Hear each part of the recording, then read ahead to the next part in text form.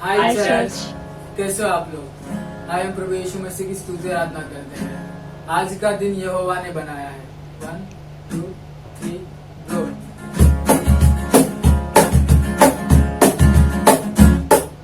आज का दिन यहोवा ने बनाया है, हम उसमें आनंदित हो, आनंदित हो। आज का दिन यहोवा ने बनाया है, हम उसमें आनंदित हो, आनंदित हो। प्रभु को महिमा मिले, चाहे हो मेरा अपमान, हो बड़े मैं घटूं, रहे उसी का ज्ञान। आज का दिन यहोवा ने बनाया है, हम उसमें आनंदित हो, आनंदित हो। आज का दिन यहोवा ने बनाया है, हम उसमें आनंदित हो,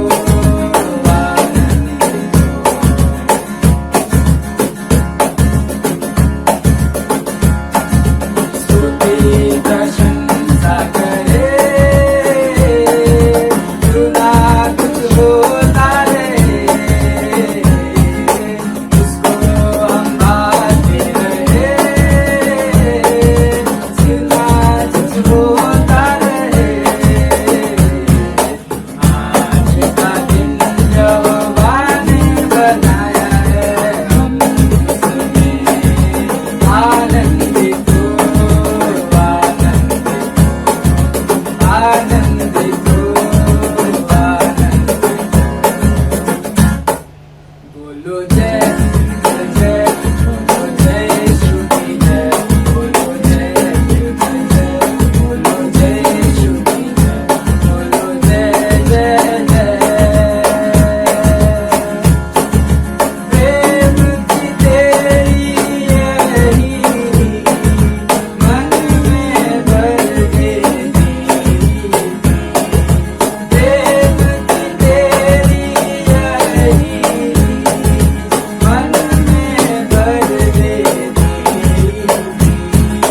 तेरे प्रेम के गाए, हालेलुया, तेरे प्रेम के गाए। बोलो जय जय जय, बोलो जय यीशु की जय, बोलो जय जय जय, बोलो जय यीशु की जय, बोलो जय जय जय।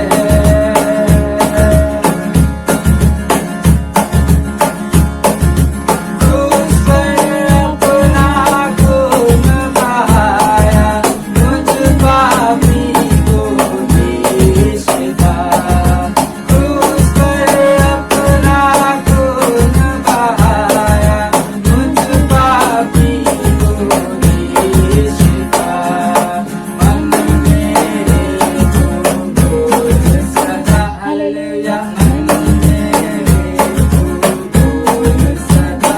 बोलो जय जय जय, बोलो जय यीशु की जय, बोलो जय जय जय, बोलो जय यीशु की जय, बोलो जय जय जय, बोलो जय जय जय, बोलो जय यीशु की जय, बोलो जय जय जय, बोलो जय यीशु की जय, बोलो जय जय जय, बोलो जय जय जय।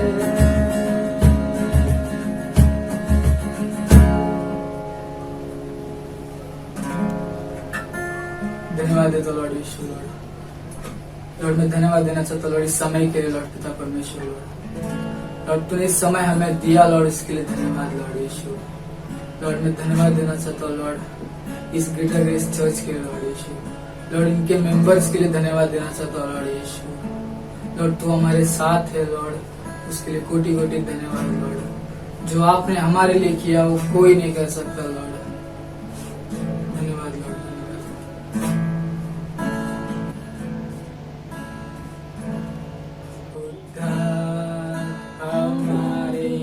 यीशु का जो सिंहासन पर बैठा है, मैंने कहो स्तुति और महिमा ज्ञान धन्यवाद आदर सामर्थ्य यीशु की युगानुयुग बनी रहे, यीशु की युगानुयुग बनी रहे, यीशु की युगानुयुग बनी रहे, आमीन। यीशु की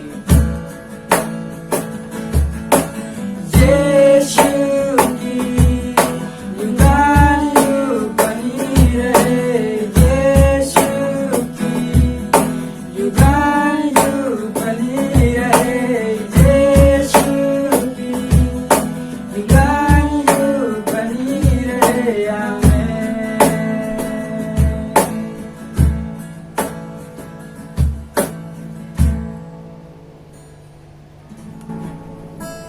धन्यवाद यीशु लॉर्ड। लॉर्ड आपने हमारे लिए क्रूस पर बलिदान हुआ लॉर्ड यीशु, और इसके लिए हम कितने भी धन्यवाद दे लॉर्ड वो कम है लॉर्ड पिता परमेश्वर लॉर्ड। धन्यवाद यीशु लॉर्ड। प्रार्थना तेरे ऊंचे नाम से मांगता हूँ।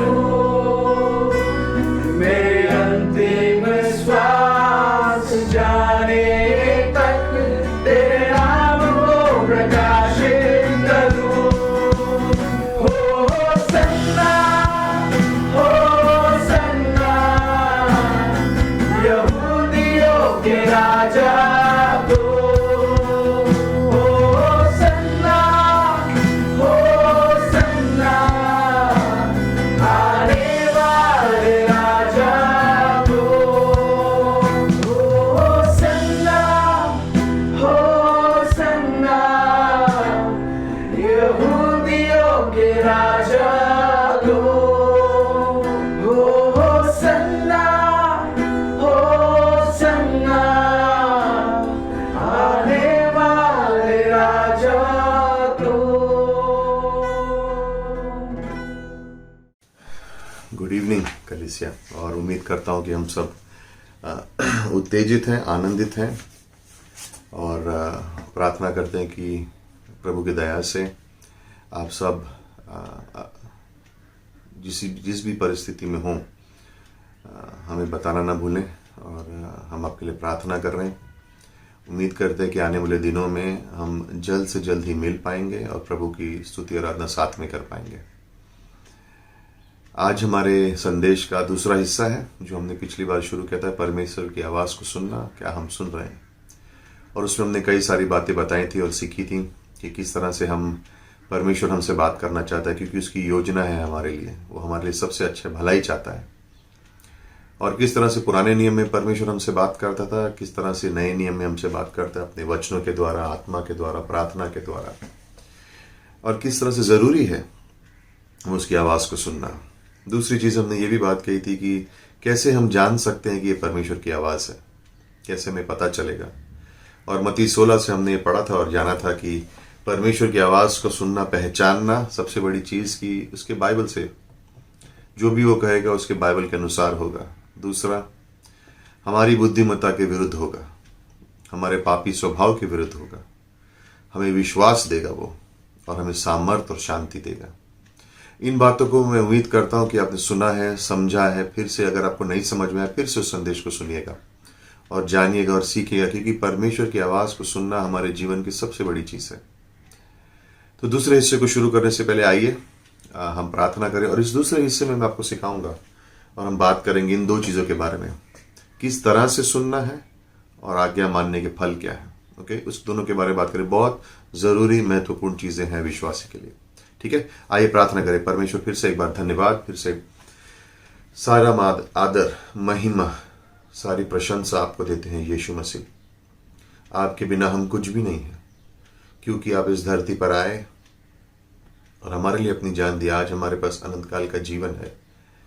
इतनी परेशानियों में, इस महामारी में भी हमारे पास आशा है, क्योंकि ये महामारी आपके लिए कुछ भी नहीं है। क्रूस पर जो आपके और बीता वो तो कुछ भी नहीं है, ये जो चल रहा है वो तो कुछ भी नहीं है उसके सामने। धन्यवाद देते हैं प्रभु कि आज आप हमारे जीवन में पूरी तरह से हो और आप हमें कभी छोड़ के ना चाहोगे।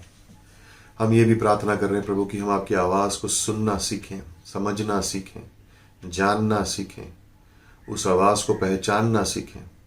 वो आवाज़ जो हमें आशीष लाती है, वो आवाज़ जो हमारी तकलीफ़ों को दूर करती है, वो आवाज़ जो हमें सामर्थ्य देती है।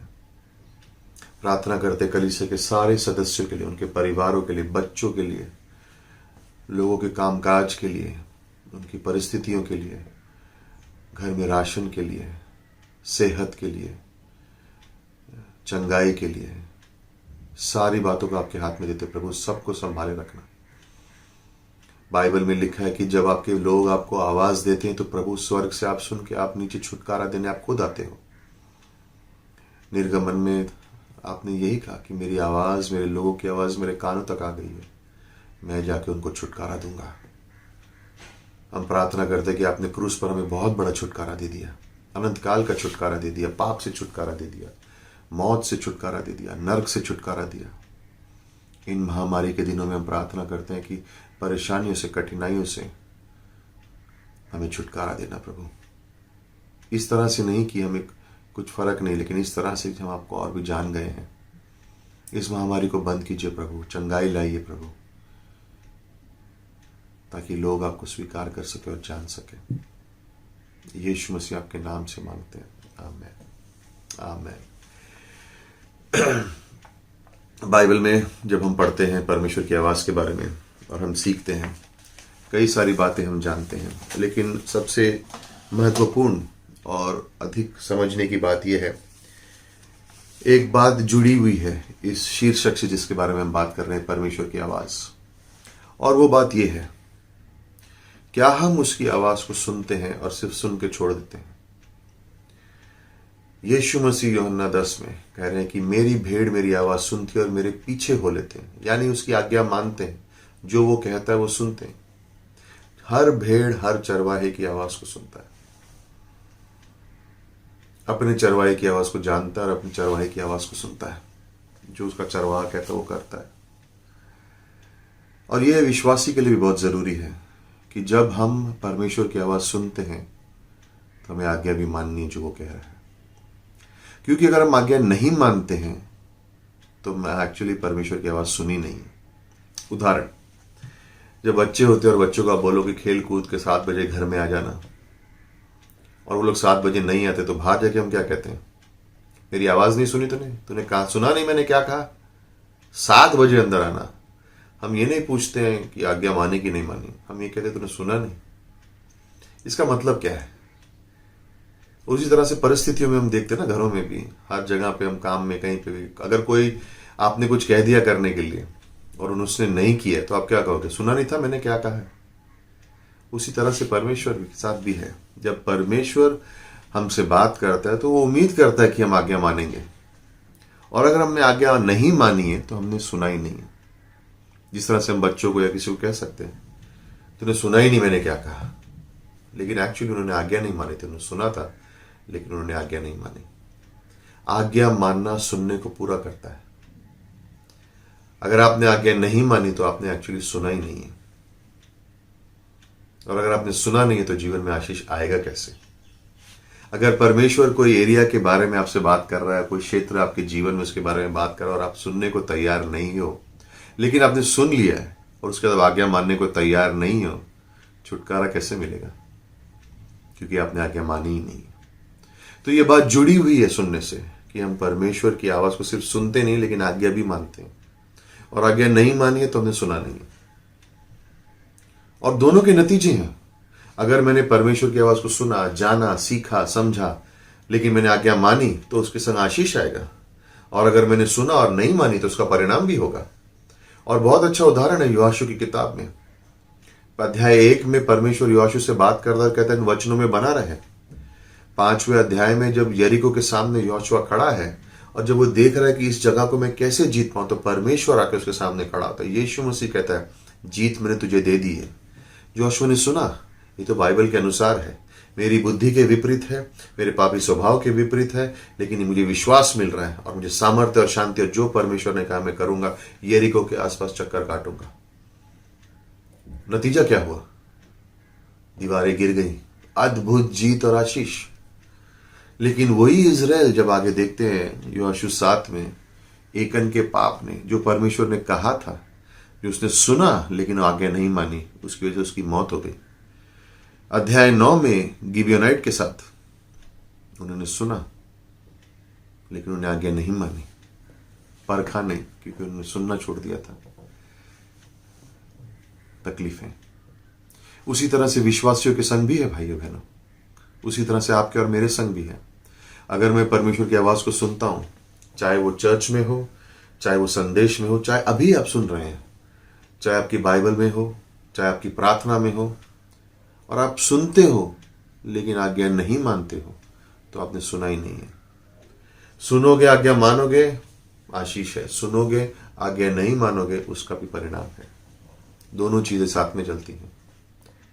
और इसलिए हम सीखना चाहते हैं कि किस तरह से हमें परमेश्वर की आवाज को सुनना है। कई बार लोग परमेश्वर की आवाज को सुनने को तैयार ही नहीं होते, क्योंकि पहली चीज, कई बार उनको पता ही नहीं कैसे सुनना है। कई बार डरते हैं कि परमेश्वर कुछ बड़ा ना बोल दे करने के लिए। ये सारी जो रुकावटें, इनको हटाना है। ग्लानि है, अरे मैं इस तरह से हूं तो परमेश्वर मुझसे क्यों बात करेगा, या पाप है, या लोग के अंदर घमंड आ जाता है, मुझे जरूरत नहीं है परमेश्वर की, मैं जिस तरह से जीना चाहूं मैं जी सकता हूं। और ये सारे खतरे के निशान हैं। कभी हम सोचते हैं हम स्वतंत्र होकर जिएंगे, हमें किस चीज की जरूरत नहीं, जिस तरह से मुझे आता है मैं जीऊंगा। खतरे के निशान है, खतरे के निशान है। उस तरह से हम नहीं जीते।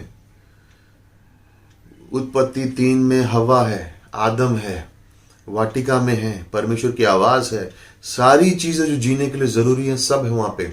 लेकिन हवा फिर भी निर्णय लेती है, आदम फिर भी निर्णय लेता है कि नहीं, हम परमेश्वर से हट के कुछ और सुनेंगे। हट के कुछ और करेंगे। जो उसने कहा है उसकी आज्ञा को हम नहीं मानेंगे, हम तोड़ देंगे उस आज्ञा को। उन्होंने तोड़ा क्यों? उनके अंदर घमंड आ गया था, उनकी सोच में स्वतंत्रता आ गई थी, और ये खतरे की जगह है। कई बार लोग परमेश्वर से नाराज होते हैं कि उसने ये नहीं किया। कभी उनके जीवन में कड़वाहट होती है, मैं वैसा क्यों करूं? और ये सारी रुकावटें हैं, और इन रुकावटों से हमें बचना, इन रुकावटों को हमारे जीवन से हटाना है। पति पत्नी के बीच में कई झगड़े होते रहते हैं, और उन झगड़ों की वजह से वो परमेश्वर की बात को सुनते नहीं है, या उन झगड़ों की वजह से परमेश्वर से नाराज होकर बोलते हैं। और पति बोल रहा है कि जब ये बदलेगी, और पत्नी बोल रही जब ये बदलेगा। लेकिन वो चीजें नहीं है, उनको हटाना है। क्योंकि रुकावट क्या है कि अगर हम परमेश्वर की आवाज को नहीं सुनेंगे तो हम उसकी आज्ञा मानेंगे नहीं। जब आज्ञा मानेंगे नहीं तो अपने जीवन में आशीष देखेंगे नहीं। तो ये बहुत जरूरी हो जाता है हमारे लिए कि हम उसकी आज्ञा को माने। उसके जीवन में हम अपने आशीष को नहीं देखेंगे तो उसने जो योजना हमारे लिए बनाई है उसे वो पूरी कैसे होगी? जब वो योजना पूरी नहीं होगी तो उसके करीबी का एहसास कैसे होगा हमें? सुनो, आज्ञा मानो, वचनों में बने रहो। ये समय फिर से नहीं आने वाला है। ये महामारी जब खुलेगी, जब सब खत्म हो जाएगा, मुझे तो ऐसा लग रहा है कि हमें एक और मौका दिया जाएगा, जाके सुसमाचार और बांटो और लोगों को बताओ। हम नहीं जानते आगे क्या है, लेकिन हमें तैयार रहना है, क्योंकि परमेश्वर हम सब से व्यक्तिगत रूप से बात करने जा रहा है। किस तरह से उसकी आवाज को सुनना है, और मैं कुछ चीजें बताऊंगा।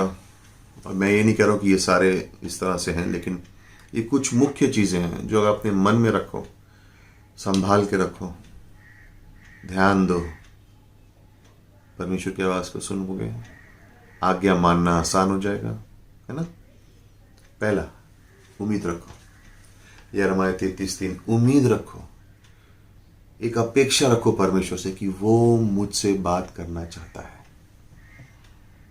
एक अपेक्षा रखो अपने मन में कि परमेश्वर, संसार का परमेश्वर मुझसे बात करना चाहता है, आपसे बात करना चाहता है। क्यों नहीं बात करना चाहेगा?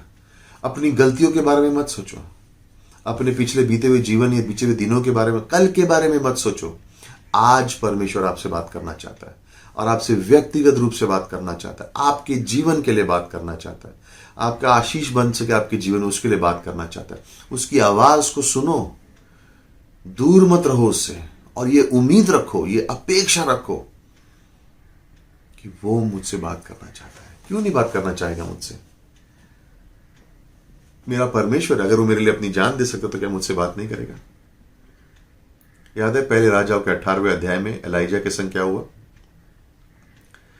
450 बाल के भविष्यवक्ता हैं और दूसरे 400 भविष्यवक्ता हैं, और सब चिल्ला रहे हैं, कूट रहे हैं, अपने भगवान को आवाज दे रहे हैं। कोई नहीं आया, लेकिन एलाइजा को पता था कि उसका परमेश्वर है और वो उससे बात करेगा, उसकी उम्मीद है उसको पता है। ये लोग ने 10-12 घंटे चिल्ला चिल्ला के प्रार्थना की, और 10 सेकंड एलाइजा ने प्रार्थना की और परमेश्वर ने उत्तर दिया। परमेश्वर आपसे बात करना चाहता है, एक अपेक्षा रखो। दूसरी चीज, हिवाए बांधो, कॉन्फिडेंट रहो कि हाँ, परमेश्वर मुझसे बोलेगा। क्यों नहीं बोलेगा? वो चाहता है आपके जीवन में आशीष मिले, वो चाहता है कि आपके जीवन में सफलता हो, फल आए, वो चाहता है। वो आपसे 100% बात करेगा। तीसरी चीज, शांत रहो, स्थिर रहो उसकी आवाज सुनने के लिए। भजन संहिता 46 और 10, 46-10, स्थिर रहो। जगह नहीं है, समय नहीं है, इच्छा की जरूरत है। अपने आप को स्थिर रखो। मन के अंदर जो विचार चल रहे हैं, दिल में जो ख्वाब चल रहे हैं, जो तकलीफें हैं, उन सबको थोड़ी देर के लिए अलग करो। एक शांत जगह पे, एक शांत स्थान पर, एक शांत का समय लो और उसकी आवाज को सुनो। वो तुमसे बात करना चाह रहा है ताकि तुम उसको आज्ञा मानो और अपने जीवन में आशीष देखो। स्थिर रहो, स्थिर रहो। कई बार प्रार्थना में हम परमेश्वर से बोलते हैं, लेकिन चुप नहीं रहते हैं। अपने बोलने के बाद पवित्र आत्मा की अगुवाई में शांत रहो थोड़ी देर, ताकि वो आपसे बात कर सके। कई बार मैंने अनुभव किया कि प्रार्थना शुरू करने से पहले परमेश्वर मुझे शांत कर रहा है। वो मुझे रास्ता दिखा रहा है कि किस तरह से मैं प्रार्थना करूं। शांत रहना सीखो, धीरज रखना सीखो। अगला पॉइंट है धीरज रखना सीखो। जल्दबाजी में मत रहो। जल्दबाजी में मत रहो परमेश्वर की आवाज सुनने के लिए। अभी तक बात नहीं की, इतनी देर से मैं प्रार्थना कर रहा हूं, अभी तक बुरा नहीं, आज मैंने मान दिया, कल मैं नहीं। धीरज रखो। कई बार हम होटल जाते हैं, खाने का ऑर्डर देते हैं, चाय पीते हैं, उसको भी टाइम लगता है आने के लिए, बोलते ही हमारे सामने नहीं होता। उन सब चीजों के लिए हमारे पास धीरज है, लेकिन परमेश्वर की आवाज सुनने के लिए धीरज क्यों नहीं है? धीरज रखो। उसकी आवाज सुनने के लिए धीरज रखो। इस आदत को अपने जीवन में बढ़ने दो। धीरज रखो। आज नहीं बोला है तो कल बोलेगा, लेकिन बोलेगा जरूर। कई बार हम उसकी आवाज सुनते नहीं, पता है क्यों? क्योंकि हमने कई बार उसकी आवाज मानी नहीं है और हमने ठान लिया कि हमको माननी ही नहीं है, तो इसलिए वो कहता भी नहीं है कभी कभी हमसे। कई बार पाप की वजह से हम धीरज नहीं रख सकते, क्योंकि हमको पता है प्रार्थना करो जल्दी निकलो, कि मेरा पाप के बारे में परमेश्वर मुझसे कुछ बोलना ना शुरू कर दे। धीरज रखो, धीरज धरो और सीखो और सुनो उसकी आवाज को।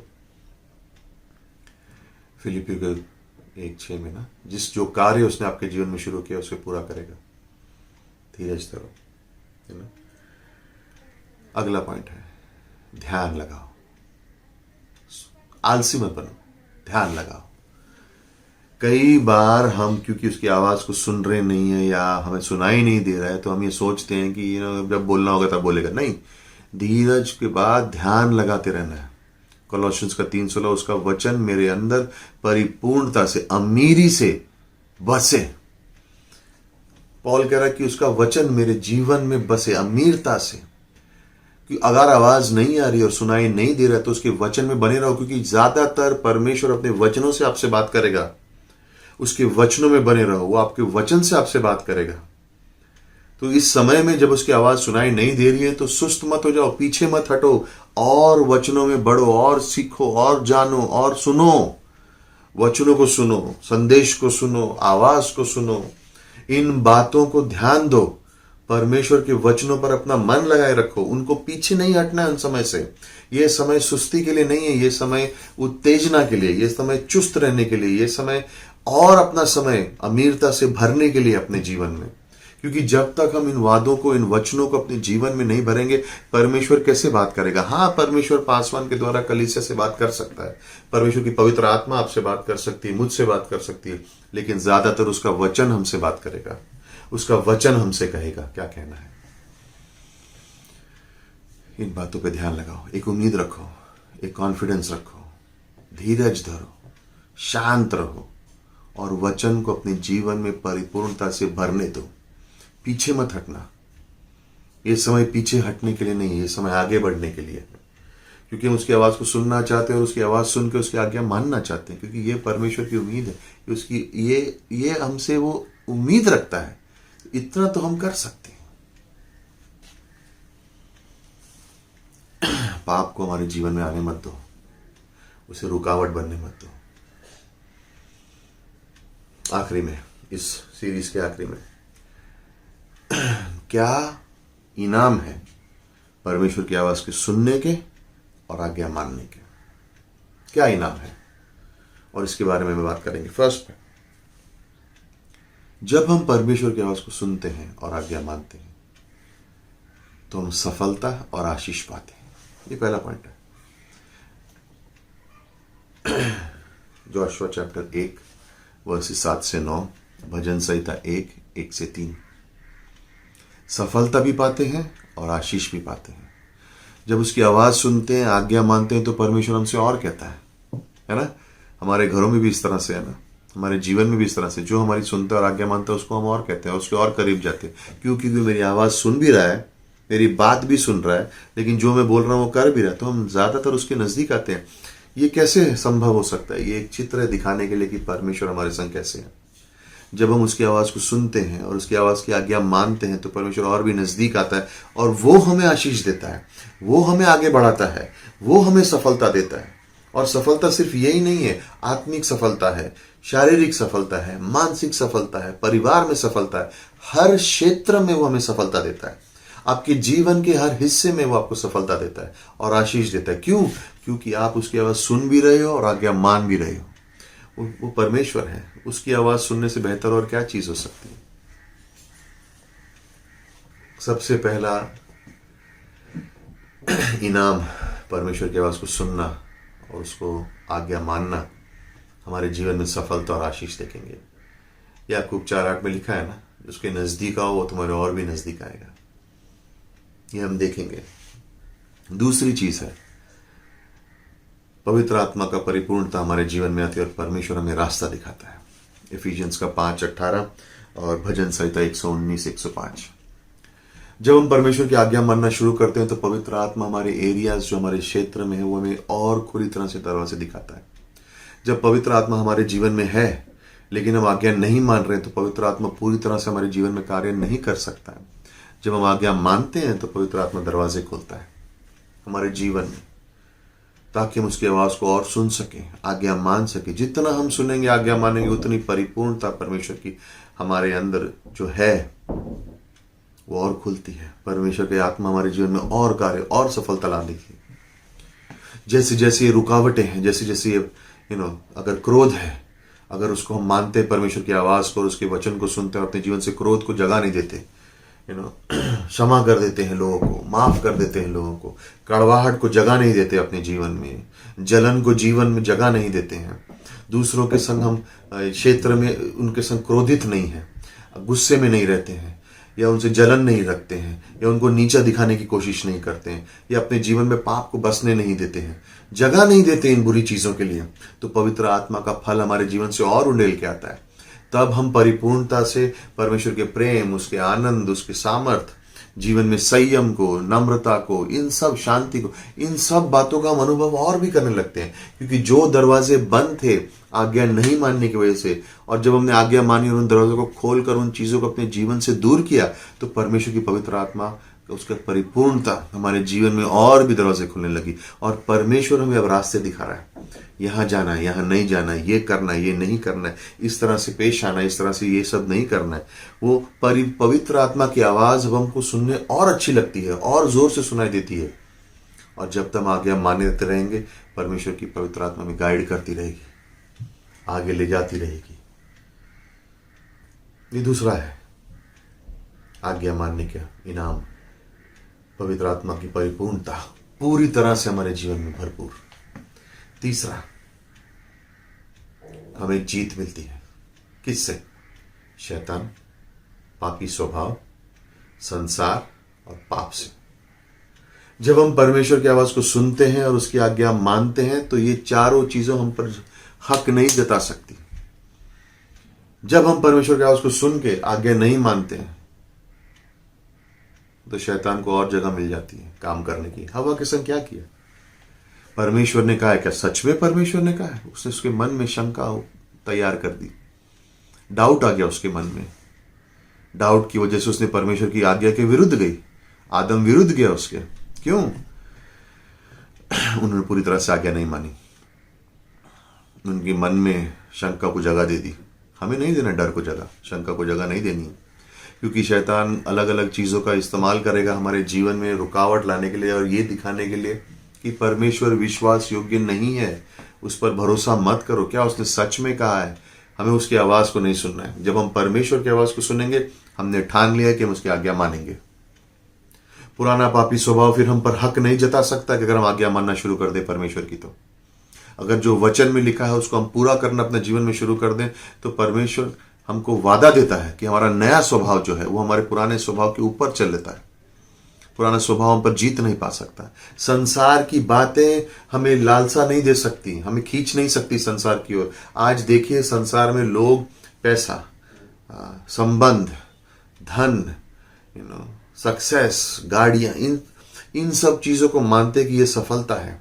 और आज कई सारे युवक हैं जो ये परमेश्वर की आवाज को पहचानने से, उसकी आज्ञा मानने को सोचते हैं कि हम पर पाबंदी लगाई जा रही है, हम पर रोक टोक किया जा रहा है, हमको रोका जा रहा है, हमारी भी हक है। हाँ, तुम्हारे हक है, जाओ और उन हक के अंदर जियोगे परमेश्वर के बगैर तो अंत क्या होगा तुम भी जान जाओगे। लेकिन हमें हमारे बाइबल है जिसमें लिखा है कि अगर हम परमेश्वर के विरुद्ध जाएंगे, उसकी आज्ञा नहीं मानेंगे तो क्या होगा। लेकिन आज संसार उस तरीके से चल रहा है और कह रहा है नहीं, अब तुम्हारे हक जरूरी हैं, गर्भपात करते रहो, तुम्हारा हक है बच्चे को मारना। इस महामारी में हम लोग गिन रहे हैं कितने लोग मरे, लेकिन किसी ने हिसाब लगाया कि एक महीने में पिछले देश, इस देश में, दूसरे देशों में गर्भपात से कितनी हत्याएं हुई हैं? 40 गुना ज्यादा है अभी तक जो भी इस महामारी से मरे हैं पूरे संसार में, उससे 40 गुना ज्यादा लोग गर्भपात करके बच्चों को मार दिया। क्यों? मेरा हक है? नहीं, परमेश्वर ने जान दी है, तुम्हारा हक नहीं है किसी की जान लेना। संसार कहेगा अपने अपने अपने रास्ते पे चलो। इस संसार में कोई ऐसी बात नहीं है जो हमें परमेश्वर की ओर खींचेगी। लेकिन कलीसिया है, लेकिन बाइबल है, लेकिन पवित्र आत्मा है, लेकिन हम दोनों एक दूसरे के साथ हैं, संगति है। ये बातें हमें परमेश्वर की ओर ले जाएंगी। नहीं तो स्वाभाविक रूप से मैं संसार की ओर ही मुड़ूंगा। इसलिए अपने आप को सावधान रखो। और जब हम परमेश्वर की आवाज को सुनेंगे और आज्ञा मानेंगे तो परमेश्वर हमें जीत देगा, शैतान के ऊपर जीत देगा, इस पापी स्वभाव से जीत देगा, संसार से जीत देगा और हमारे पाप से हमें जीत देगा। पाप के अंदर लालसाएं हैं, पाप दिखने में बहुत अच्छा लगता है लेकिन उसका नतीजा हमेशा बुरा होता है। परमेश्वर की आज्ञा मानना कठिन लगता है लेकिन उसका नतीजा हमेशा आशीष होता है। चौथा पॉइंट, हमारी तकलीफों में परमेश्वर हमें संतावना देता है। परमेश्वर हमें संतावना देता है। पहला, हम उसके आशीष को जानते हैं। दूसरा, पवित्र आत्मा की परिपूर्णता होती है हमारे जीवन में। तीसरा, संसार से, शैतान से, पाप से, पुराने पापी स्वभाव से हमें जीत मिलती है। चौथा, हमारी कठिनाइयों में, हमें परेशानियों में परमेश्वर हमें संतावना देता है। दूसरा कोरिन्थियों 12:9 सबको अच्छा लगता है क्योंकि उसमें लिखा है मेरा अनुग्रह तुम्हारे लिए काफी है। लेकिन वर्ष 10 पढ़ो, उसमें देखो पौलुस कितनी कठिनाइयों से गुजर रहा है। लेकिन वर्ष 15 में क्या कह रहा है वो? भले तुम मुझसे कम प्रेम करो, मैं तुमसे प्रेम करता रहूंगा, मैं तुम्हारे लिए खर्च हो जाऊंगा। और भले ही मैं तुम्हें बहुतायत से प्रेम करूंगा लेकिन तुम मुझसे कम प्रेम करोगे, कोई प्रॉब्लम नहीं। क्यों कह रहा है वो समझ गया कि हर परेशानी में, हर कठिनाई में परमेश्वर उसे संतावना देगा, उसे अनुग्रह देगा ताकि वो अपना कार्य कर सके। ये पौल की योजना नहीं थी कि वो मिशनरी बने, ये परमेश्वर की योजना थी। और पौलुस कह रहा है कि अगर परमेश्वर की योजना है और अगर मेरे संग ये हो रहा है तो इसका मतलब क्या है? इसका सुझाव भी परमेश्वर देगा, यानी उसने मुझे अनुग्रह देगा। जितनी तकलीफें देंगे उतना अनुग्रह देगा। और अगर ये कांटा आशीष का कारण बन गया है तो सोचो आशीष कितना सही होगा। सोचिए इसके बारे में कि अगर वो कांटा आशीष का कारण है तो आशीष कितना होगा। ये परमेश्वर की आवाज है हमारे लिए, ये आपके लिए, ये मेरे लिए, कि जब हम उसकी आज्ञा मानते हैं और सुनते हैं इन बातों को तो इस तरह से परमेश्वर हमें जीत देता है अपने जीवन में। फाइनली हमारा विश्वास बढ़ाता है। परमेश्वर हमारा विश्वास बढ़ाता है। जब उसकी बातों को सुनते हैं और आज्ञा मानते हैं तो हमारी क्षमता बढ़ती है विश्वास की, क्योंकि हम एहसास करते कि जो परमेश्वर ने कहा है वो कर रहा है। और जब उसने जो कहा है और कर रहा है तो हमारी क्षमता बढ़ती है विश्वास की। इब्रानी 11 में हम कई बार विश्वास के बारे में देखते हैं कि लोगों ने क्या, कौन से लोग थे। लेकिन मैं आपको कहता हूं इब्रानी 11 को इस तरह से पढ़ो कि उन्होंने क्या किया विश्वास आने के बाद। अब्राहम ने क्या किया, सैरा ने क्या किया, ये सब पे ध्यान दो। और जब हमारे जीवन में विश्वास आएगा तो परमेश्वर हमारे जीवन से प्रसन्न है। इब्रानी 11 1 और 6 में कि क्षमता जब हमारी बढ़ती है, विश्वास जब हमारा बढ़ता है तो हम परमेश्वर के लिए नए कार्य करने के लिए और तैयार हो जाते हैं और मजबूत हो जाते हैं। और हमारी कहते हैं हमारी क्षमता बढ़ती है। और एक दिन जब हम बीमा सीट पर परमेश्वर के सामने खड़े रहेंगे तो निराश नहीं होंगे, क्योंकि हमने विश्वास से किया जो किया। हमने सुना, आज्ञा मानी तो हमारा विश्वास बढ़ा। जब हमारा विश्वास बढ़ा, हमने परमेश्वर की और सेवा की और उसमें परमेश्वर ने हमें जीत दी और बीमा सीट पर हमें इनाम दिया। छोटी बात नहीं है परमेश्वर की आज्ञा मानना, बहुत बड़ी बात है। मैं उम्मीद करता हूं इन संदेश सुनकर आप उत्साहित हो, आपके मन में एक नया जोश है परमेश्वर के लिए। याद रखना, उसकी आज्ञा मानो तो बहुत सफलता है जीवन में, हर क्षेत्र में। राइट? परमेश्वर मार्ग दिखाएगा, कठिनाई के समय में भी जीत देगा दुश्मनों से। परेशानियों में रास्ता निकालेगा और आपकी विश्वास की क्षमता को बढ़ाएगा, ताकि आप उसकी सेवा और कर सको और विश्वास से जी सको, उसको प्रसन्न कर सको और परमेश्वर आपके जीवन में परिपूर्णता से बसे। आइए प्रार्थना करें। परमेश्वर धन्यवाद देते हैं इस दिन के लिए, इस समय के लिए, कि इन दिनों में परमेश्वर हमें इसकी ज़रूरत है कि हम आपकी आवाज़ को सुने, छोटी छोटी बातों में सुने, समझें, सीखें और उसका उपयोग करें। प्रार्थना करते हर भाई बहन के लिए जो इस प्रोग्राम को सुन रहे हैं प्रभु। प्रार्थना करते हमारे कलीसिया के लोगों के लिए, उनके जीवन में आशीष देना प्रभु, उनके जीवन में नया कार्य लाना प्रभु। धन्यवाद देते हैं प्रभु, आशीषों से भर देना प्रभु। जिस चीज़ की भी ज़रूरत हो, स्कूल में जाने की ज़रूरत हो, बच्चों का एडमिशन की ज़रूरत हो, फीस की ज़रूरत हो, राशन की ज़रूरत हो, नौकरी की ज़रूरत हो, हर ज़रूरत को आप जानते हो, उसको पूरा करना प्रभु। ये समय आपके हाथों में दे रहे हैं प्रभु। अगर इस प्रोग्राम में कोई देख रहा है और आप जानते नहीं कि आपका अंत क्या होगा, ये समय, इस जीवन का अंत क्या होगा, बाइबल में लिखा है कि जो कोई यीशु पर विश्वास करेगा उसका नाश नहीं होगा लेकिन अनंत जीवन पाएगा। परमेश्वर यीशु मसीह पर जो भी भरोसा करता है उसके सारे पाप धुल जाते हैं और वो स्वर्ग हमेशा के लिए जाएगा। अगर आप यीशु मसीह को अपने उद्धारकर्ता के रूप में स्वीकार करना चाहते हैं, अगर आपको पापों की क्षमा चाहिए, अगर आप स्वर्ग जाना चाहते हैं बाइबल के अनुसार, तो एक छोटी सी प्रार्थना अपने मन में कर सकते हैं। यीशु, मैं पापी हूँ, धन्यवाद उस क्रूस पर आपने लिए मेरी जान दी, मेरे लिए अपनी जान दी। उस क्रूस पर आपने मेरे पापों के लिए अपनी जान दी। मैं विश्वास करता हूँ कि आपने मेरे लिए अपनी जान दी, आपको दफनाया गया, 3 दिन बाद अब जी उठे, आज अब जिंदा हो। मेरे पापों को माफ़ करो, मुझे उद्धार दो, मुझे अपने परिवार में लो, मैं स्वर्ग जाना चाहता हूँ। ये प्रार्थना आप कभी भी कर सकते हैं। ये याद रखना, जिस क्षण आपने ये प्रार्थना की, परमेश्वर आपके सारे पापों को धो देता है, जो हुए, जो हो रहे हैं और जो होने वाले हैं। और आज आप परमेश्वर की संतान बन जाओगे हमेशा के लिए स्वर्ग में। प्रभु धन्यवाद देते हैं, प्रार्थना करते हैं, इस समय को आशीषित कीजिएगा यीशु मसीह के नाम से। हमारा जूम सेशन चलता है, आप कभी भी आ सकते हैं। हम अलग अलग किताबों से पढ़ रहे हैं, सीख रहे हैं। उत्तेजित रहिए, उत्तेजित रहिए। कोई भी चीज़ की ज़रूरत होगी उसके लिए फ़ोन कीजिएगा, हम आपके लिए प्रार्थना कर रहे हैं और उम्मीद करते हैं कि आने वाले दिनों में परमेश्वर आपको बहुतायत से आशीष दे, इस महामारी को ख़त्म करे, हमें फिर से मिलने का मौका और एक साथ संगति करने का मौका दे। आपका हफ्ता, आने वाला समय आशीषित हो, बच्चों के लिए, घर के लिए, परिवार के लिए, आप सब के लिए, और हर एरिया में जहाँ पे आपको ज़रूरत है परमेश्वर की, वो उस ज़रूरत को पूरा करे। ये हमारी प्रार्थना है, प्रभु यीशु मसीह के नाम से मांगते हैं, आमीन।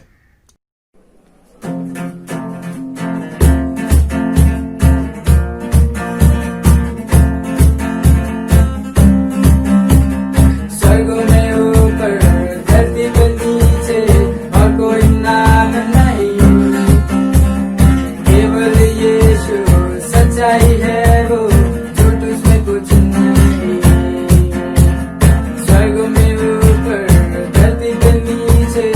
और कोई